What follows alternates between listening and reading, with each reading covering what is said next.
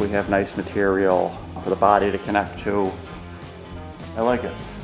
There's no rot or rust over here at all, fortunately. None of the tin is rotted out. You know, all the wood is, let me put that down there, nice. It's basically all like brand new. Ripped out the doors. Little bits of wood fall out the back and a little piece of your sole dies. I'm gonna take this off. Perfect.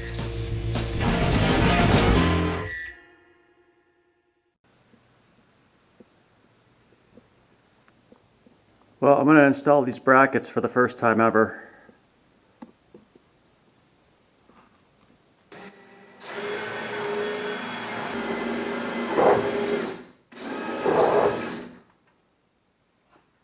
Alright, there we go. We have our roof brackets installed. And we have some leather we've snuck up in there. I feel like everything sounds pretty tight. I've got a lot of squeaks I can make happen.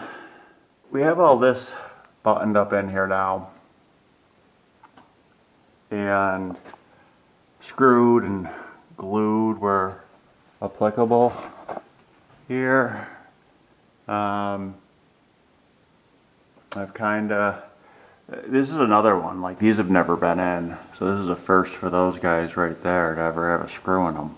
There might have been one in this one, but these ones were empty. So before we had these big holes in the corner here where there was just material missing. Now we have nice material for the body to connect to all the way around. Did put a relief cut in there. I have to edit so much when I do this. This was another area where we really had some, we had a big gaping hole right here.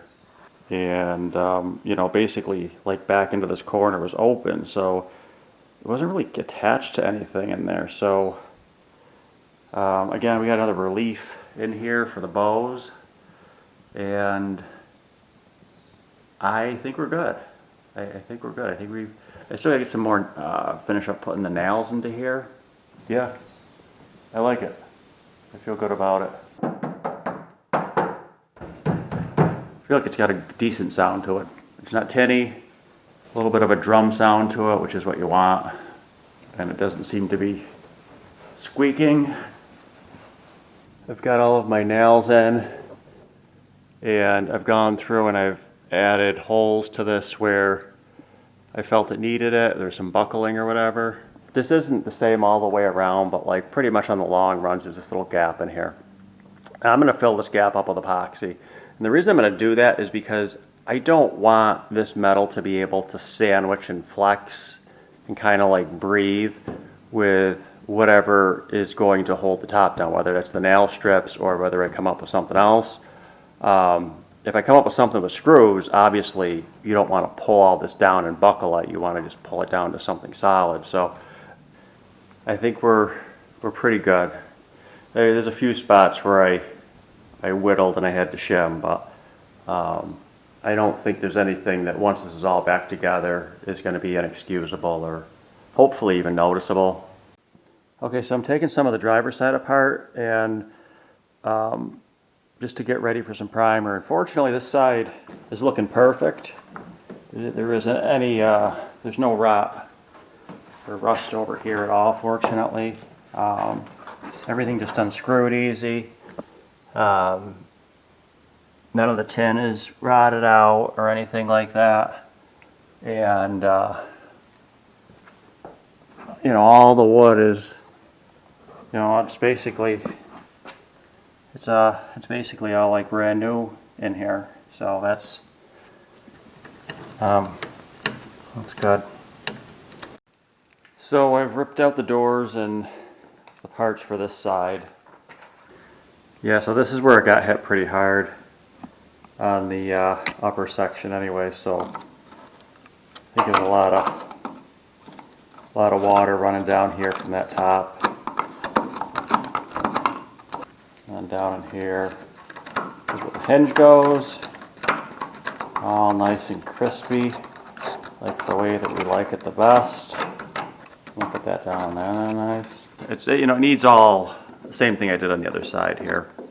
You know, and I knew this was going to look like this because I had tried tightening up the hinges, and the screws just make that horrible crunchy sound when you try to tighten them, and little bits of wood fall out the back, and a little piece of your sole dies.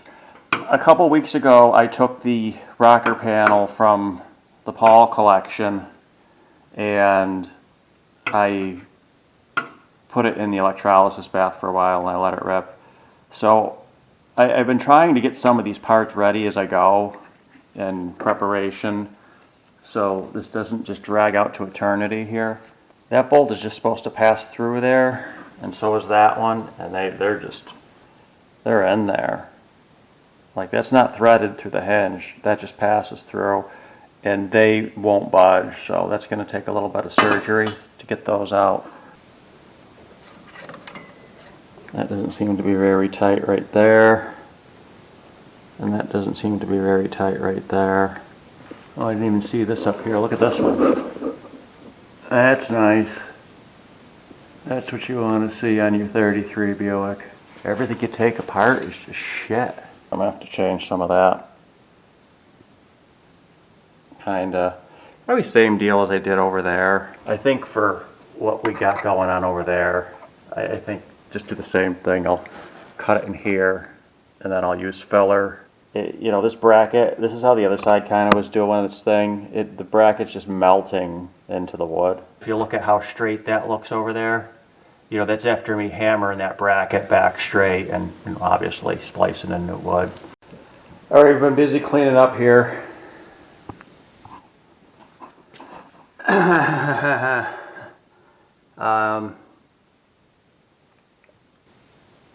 And it's a little bit petty in there, but not much you're gonna do about that. And we gotta do a bunch of wood and a bunch of filling. So I think I'm gonna start with the filling, and then I'm gonna move over to the things I want to change. I had remembered Byron telling me that he wanted to get these out of the way so he could get back into woodworking again. And I'm not 100% sure what he was getting at anymore. Alright, so we got some of this staked back together a little bit, and some of the holes filled where the screws were all wallered out. These are pulled back together here. We got a bit of this going on right here.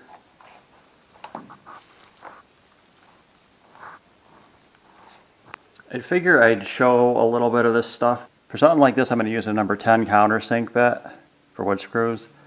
And I'm just going to stay away from my original holes. And I'll probably do one here and here. And try to hold it kind of close to where I want it to go back to.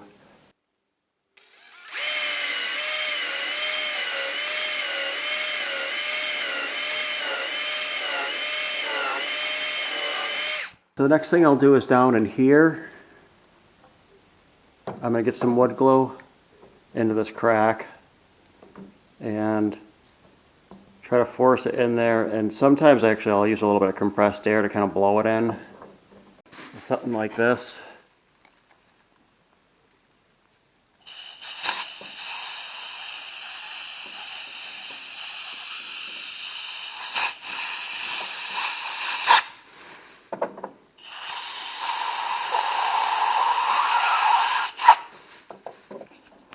Because I don't want to clamp on the body, I'm just going to hold this as close as I can to close up the gap.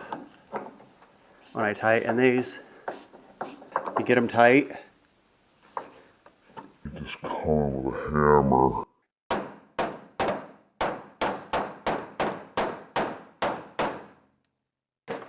You come back a little bit more, a little bit more.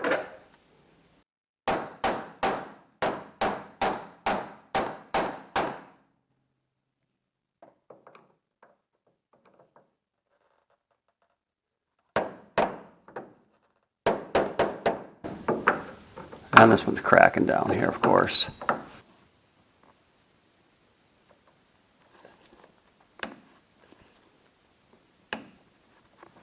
So this cracked a little bit on me when I was doing that. So now I'll pin it with a dowel from this side, and I'll try it again later. I pinned this guy down from that side, clamped it, and then pulled it in. So that seam is all drying together now. And then tomorrow I'll release it. And what I'll do is come down to this piece underneath. To address this, what I'm going to end up doing is I'm going to drill this out a little bit. I'm going to drill in from up here, and I'm going to make like a channel I can fill up with resin. Something like this, just to bring this deeper.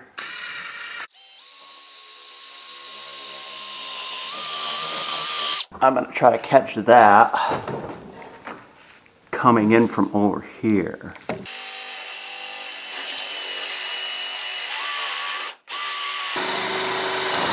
There we go. That's now connected to that. And that's the channel our resin's going to flow through. Because what we're going to do is we're going to cover this here up. Okay, we got some pegs in here. We have that sealed up so it won't leak. Up here, I threw some pegs in. I put some wood in anywhere I don't want it to leak, and I just kind of made a little duct tape gasket there where there's not really a lot I can do about that. And I tacked in a piece of leather right here. Did the same thing on the other side, just to kind of give, just fill it in a little bit, right? They just kind of had that float in there originally, and you need to build it out a little bit for that little corner bracket to work. I'm gonna put some wax paper in here so that the epoxy doesn't stick to this little backer piece I'm making. Throw a couple brads into place.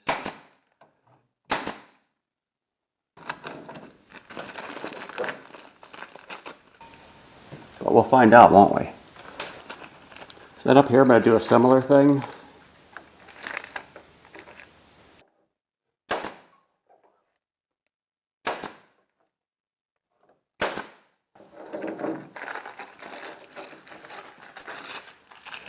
And for this one, I've got my fill port right up there. Okay, so I just mixed up my resin and I stuck it in one of these disposable bottles. And we're just going to see how this goes. I see it coming out here. Gonna have to fill that quick.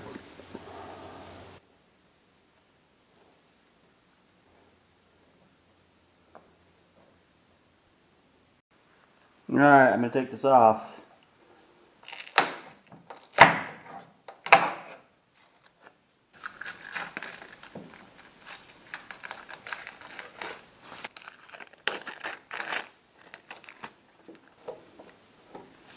A little cleanup to be done there, but also exactly what we wanted. Perfect. That's just what we wanted. Alright, so I cut this guy out and I only took off what I needed to. And I planed down this piece of ash to be about the right thickness. I think that might be an original 1933 Spider stuck in that hole. Because, I don't know, I just feel like they don't really make spiders like that anymore. Alright, this didn't end up being as bad underneath as the other one was, so that's good. I'm going to give it some wood hardener. I got the bracket off, of course. Maybe I'll come back in with a little bit of epoxy later on, just to the spot right in here that kind of needs it. And I think other than that, for this part, I'm going to be pretty good.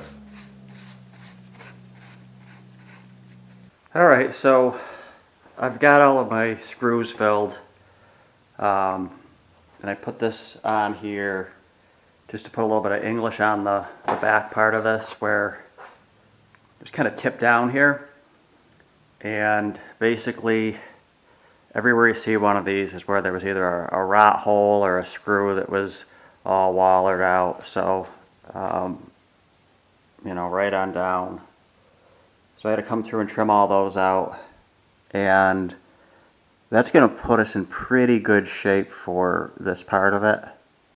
So we are all cleaned up and sanded down here. And I filled up there. I still got to take that out. There's a little bit of a pocket in there. I did the same thing. I went in and filled it from the side. I forgot I had to put a few more in there for where the bracket mounts down. I brushed some resin into here, so that's still drying. And there's just no good place to end this one, so I'm going to call it. Oh, we're gonna want to see those parts are cleaned up over there, aren't they? Oh yeah, and I cleaned up these parts here. I had to fix that end over there, weld in a little piece. So that's after electrolysis, a bunch of sanding, and a bunch of ibuprofen.